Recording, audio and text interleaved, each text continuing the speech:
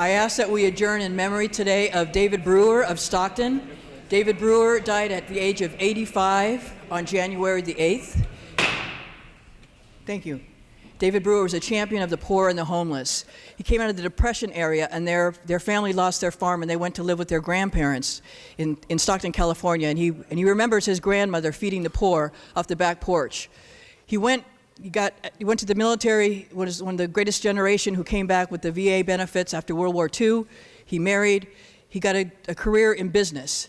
But he remembers acutely when he was a young man starting his family working in J.C. Penney's in San Jose, and Dorothy Day of the Social Catholic Workers Movement came to him and said, "What are you doing for the poor?"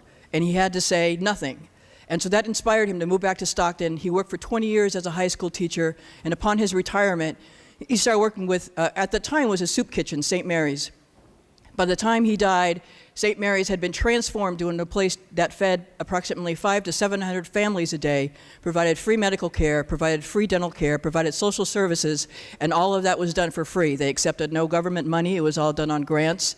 I had the privilege of working with David for about 5 years as I supervised social work students doing work in his agency.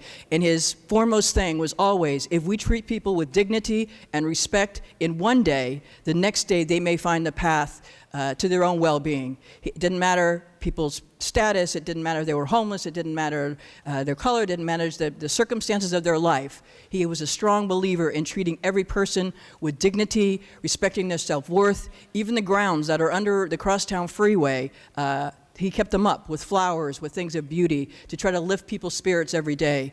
So as we adjourn in his memory today, I ask that all of us remember those words of Dorothy Day and the words that inspired him. What are we doing for the poor? Thank you.